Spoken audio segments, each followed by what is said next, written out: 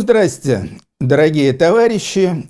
Не расстанусь с комсомолом, буду вечно молодым. Была такая популярная песня в советское время, даже очень популярная, во всяком случае, крутили ее по радио и телевидению беспрестанно.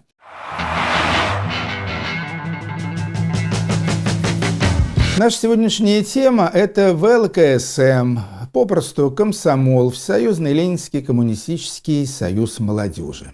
Основан он был в ноябре 1918 года на своем первом съезде, и поначалу организация называлась РКСМ – Российский коммунистический союз молодежи. Потом, я уже не помню в каком году, была она переименована в это самое ВЛКСМ. Про старые времена комсомола я, честно говоря, мало что знаю.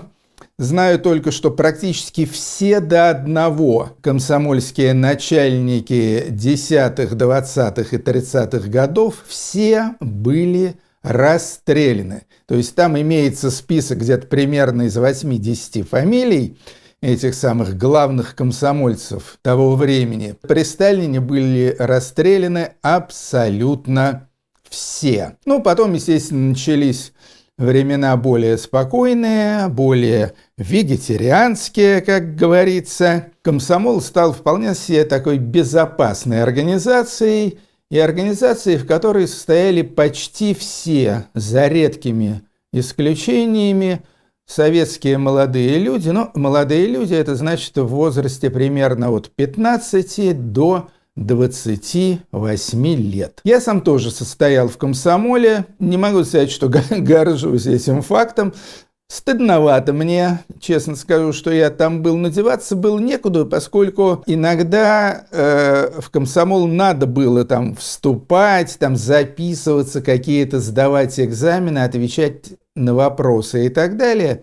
И вот этого я всего, конечно, мог бы избежать, сказать, что не хочу я вступать в вашу позорную организацию, а меня просто-напросто туда вписали, потому что на дворе стоял 1970 год, год столетия со дня рождения Владимира Ильича Ленина.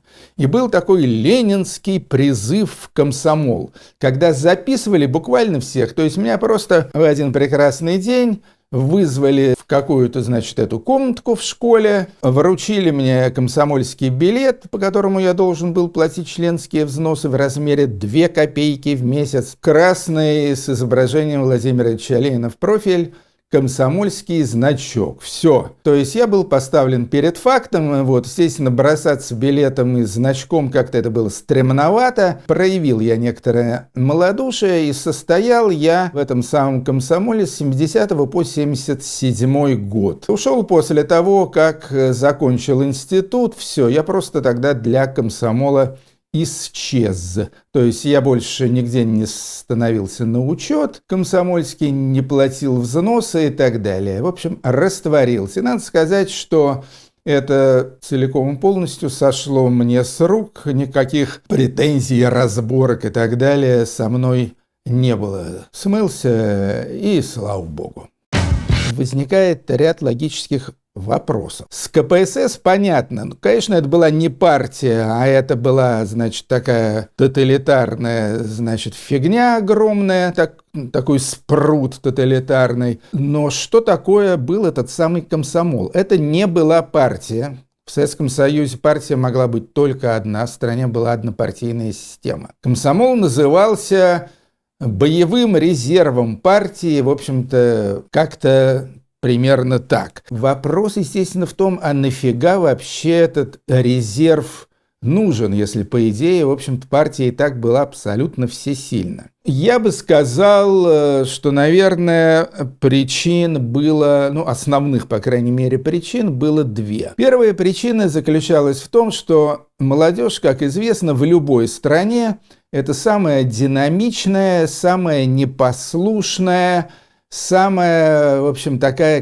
вызывающая всякие сомнения и беспокойство часть населения. Самая бунтующая в том числе. Соответственно, комсомол во многом нужен был для того, чтобы эту самую бунтующую или, по крайней мере, бузящую молодежь держать в узде, чтобы она, значит, знала какие-то рамки, чтобы можно было ею командовать, ею повелевать и так далее. Я думаю, что это была важнейшая причина, по которой вообще был создан комсомол. Вот для того, чтобы не давать молодежи распоясаться, постоянно, значит, капать им на мозги и с точки зрения идеологии, и с точки зрения дисциплины, и с точки зрения всего остального. То же самое сейчас имеет место в путинской России. Там какие-то эти юнармии, какие-то наши, молодая гвардия. Молодая гвардия, это, кстати, с советских времен пошло. То есть какие-то молодежные организации, которые маршируют, ходят по струночке, значит, заучивают всякие идиотские речевки и так далее. В общем, эта практика комсомольская при Путине возродилась в полном объеме. Ну, не в полном, конечно. Это я, наверное, преувеличил, потому что, конечно, сейчас далеко не все российские молодые люди состоят, значит, в каких-то этих юнармиях и так далее. Но стремиться к этому будут, попомните мое слово.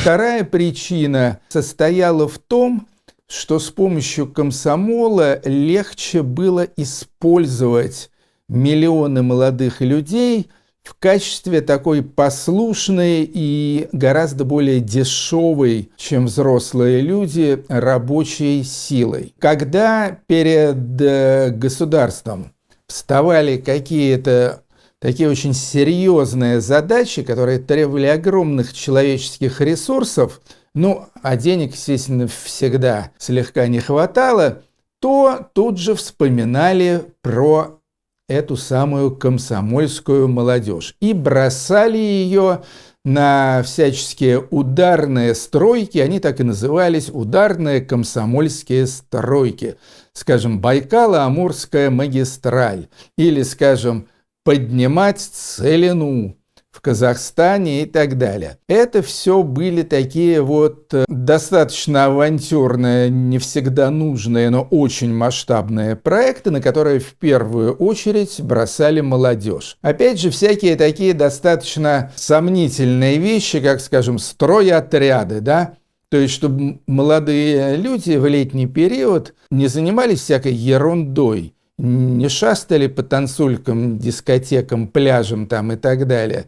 А чтобы они в это время строили там коровники, свинарники, копали землю и так далее. При этом даже получали за это не слишком большие деньги. Так что в этом смысле комсомол представлял собой массу такой послушной рабочей силы. Более того, комсомольцам внушали, что они герои, что они делают великое дело. Комсомол, кстати, в свою очередь руководил пионерской организацией, октябрятской организацией, то есть всякими совсем уже детскими организациями. Как относились в советской стране к комсомолу, комсомольцам, комсомольским вожакам, так сказать, которые назывались комсорг? Относились презрительно. Относились очень презрительно, и это было, в общем-то, заметно повсеместно. То есть, если партию, конечно, не любили, часто ненавидели, но в любом случае относились к ней серьезно, относились к ней как такой к реальной силе, побаивались и так далее. О КГБ я уже не говорю. КГБ это было просто страшно ужасно. К комсомолу относились сугубо презрительно. То есть все знали, что в комсомол идут самые бездарные карьеристы, то есть всякие способные карьеристы. Они шли или на партийную работу, то есть делали партийную карьеру, или они шли работать в КГБ, естественно, которое тоже имело массу всяких привилегий. Те, кто пожиже, они шли в менты. Самые блатные шли, естественно, по международной линии, то есть в Министерство иностранных дел, в МИД, в Министерство внешней торговли, Внешторг. Там, кстати, работали почти все дети советской партийной и КГБшной элиты. А вот самые такие в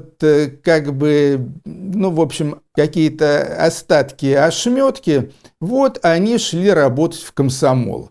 Единственное, что там было хорошо в комсомоле, что там ничего не надо было делать, зато можно было хорошо веселиться. По поводу безделья, кстати, вспоминаю одну хорошую историю. Это подлинная история, то есть ее рассказывал мне один как раз высокопоставленный комсомолец про одного своего коллегу, который был чуть ли даже не членом ЦК ВЛКСМ. У него был свой кабинет вот там вот в Лубянском проезде, где находилась ЦК ВЛКСМ. А делать парню было абсолютно нечего. И он целыми днями там читал книги, там, я не знаю, там что, дрочил, там, ну, черт его знает. А также он спал. Спал он, придав своему телу вот такую позу. То есть клал подбородок на скрещенные руки и таким образом дремал. И вот однажды случилась с ним незадача. Как-то вот эти самые ручки его распались, и он со всей силой ударился челюстью о стол и сломал себе челюсть, заснув на рабочем месте. Вот это вот очень хорошо характеризует комсомольскую элиту. Я знал, причем неплохо знал, одного главного комсомольца, который, собственно говоря, был даже первым секретарем ЦК ВЛКСМ, то есть комсомольцем номер 1 в Советском Союзе. Это был парень по имени Валера Сухорадов. Парень, в принципе, очень милый. Он такой был большой, грузный, смешливый, большой бабник, веселый такой был чувачок. И вот надо сказать, вот как вы думаете, он был главным в стране комсомольцем. Куда он пошел после этого? Значит, куда его карьерная лестница закинула? Думаете, в какой-нибудь там ЦК КПСС там или нифига подобного? Он стал директором фирмы «Мелодия». Фирмы, которая выпускала в Советском Союзе грампластинки. Ну и надо сказать, что в качестве директора фирмы «Мелодия» он был, в общем-то, вполне мил, либерален. И некоторые неплохие авантюры мы с Валерой Сухорадов в свое время провели. В частности, выпуск пластинки Пола Маккартни снова в СССР. С одной стороны, конечно, комсомольцы были циниками. С другой стороны, и я их использовал тоже довольно цинично.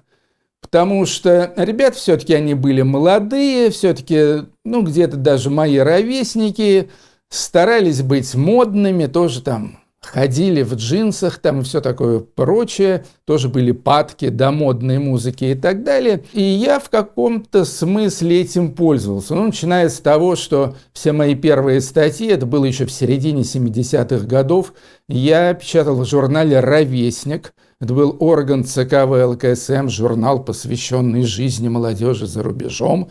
Но а молодежь это были в том числе всякие там Led Zeppelin, Deep Purple, Pink Floyd и так далее. И печатался в газетах. Сначала в газете «Московский комсомолец», потом в газете «Комсомольская правда». Естественно, только исключительно на музыкальные темы. Потом, опять же, по-другому это было невозможно, если хотелось, ну, хоть какой-то масштаб придать событию, я с помощью комсомольцев устраивал некоторые крупные рок-концерты и даже рок-фестивали, ну, естественно, всяких подпольных рок-групп.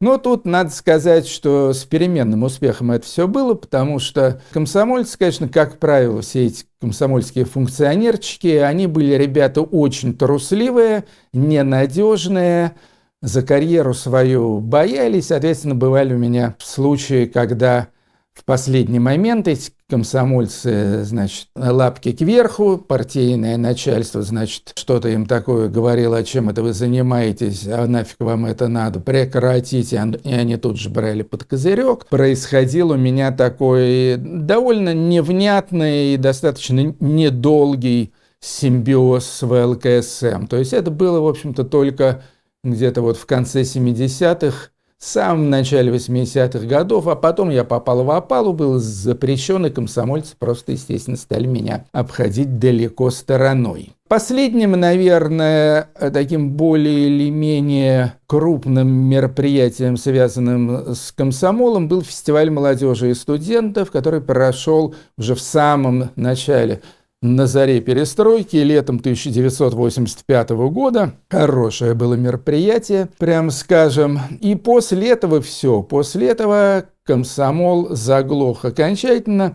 Какие-то более или менее способные комсомольцы, они все потихонечку ушли в бизнес. Сначала в кооперативы, потом там в какие-то фирмы, банки и так далее. Некоторые ушли в криминалитет. Кстати, из комсомольцев вышли некоторые достаточно известные люди, скажем, Михаил Ходорковский, насколько мне известно, был комсомольским работником. Вот. Некоторые такие бандиты видные, скажем, Сергей Лисовский такой, тоже начинали как комсомольцы. Ну а сейчас он вообще, по-моему, в Совете Федерации заседает. Если коммунистическая партия распадалась все-таки с какими-то воплями, стонами, скандалами, драмами и так далее, какие-то люди там с собой покончили, потом обсуждалось там вот это вот пресловутое золото партии, куда оно делось и так далее, то комсомол схлопнулся просто мгновенно, бесследно и так далее. И только его и знали, и след его простыл.